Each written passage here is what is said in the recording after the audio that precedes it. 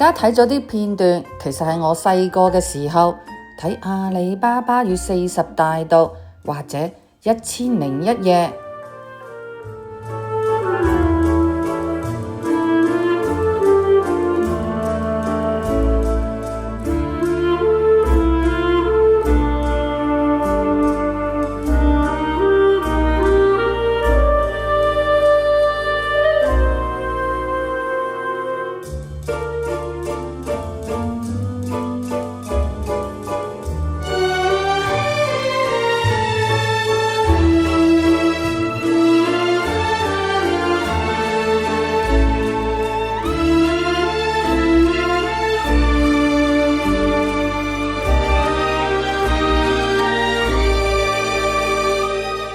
呢一個地方經過好多時日都非常之難實現我嘅旅程，我終於今日可以實現我兒時嘅美夢，投入咗呢個阿拉伯故事，為期9日。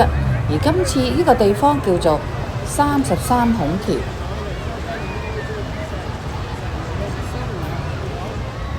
今日有一個節日叫放水節，所以伊朗嘅人民就走到嚟呢一度，梗係洗洗腳。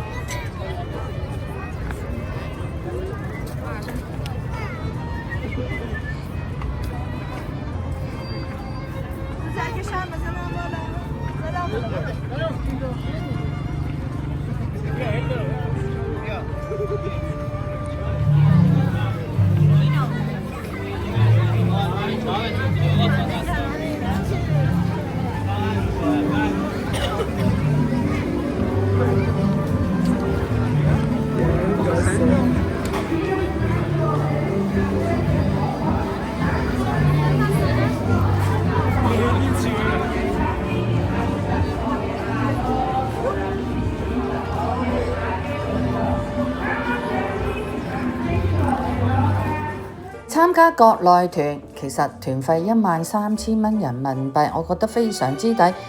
今晚我哋會食一個乳鴿餐，同埋一個叫網紅店，哇，精美到好似皇宮一樣。Thank you， Thank you， 好香喎。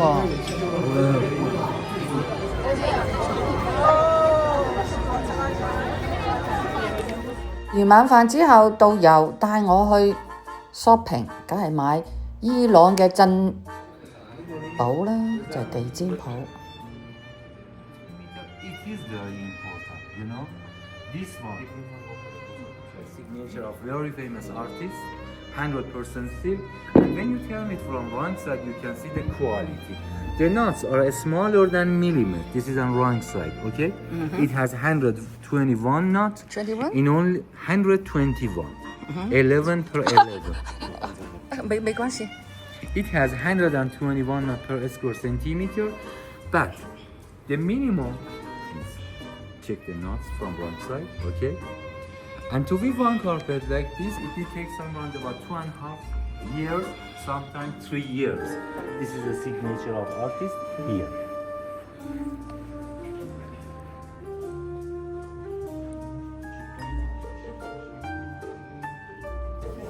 第二日就係當地嘅網紅店飲呢個下午茶，我就叫咗一個雪糕。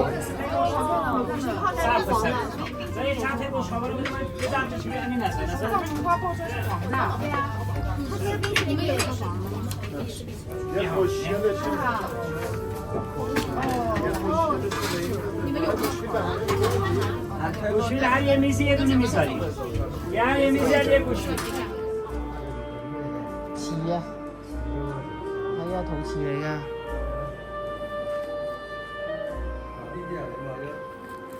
啊？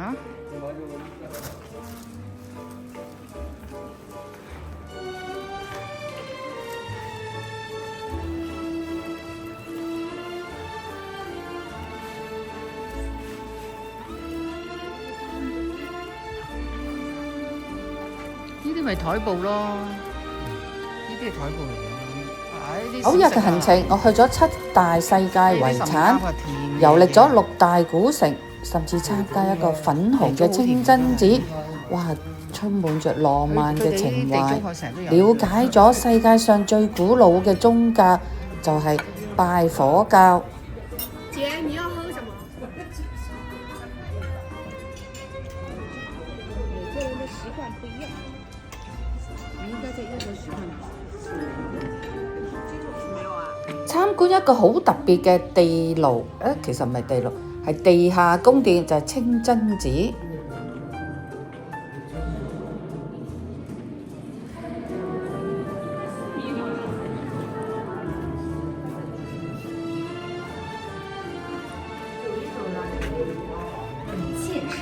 嗰日嘅行程不經不覺又完成咗，我亦好懷念呢一個伊朗。